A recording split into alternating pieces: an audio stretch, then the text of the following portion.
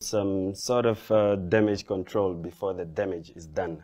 And that was for me to contact my very direct leadership of my constituency and whatnot.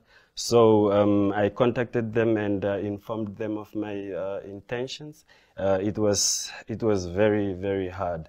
And the way they took it as well, you know, it was absolutely not easy, given the strides that we have been through.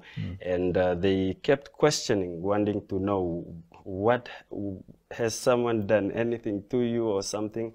But none of any of that. It was simply just a matter of principles. Yeah.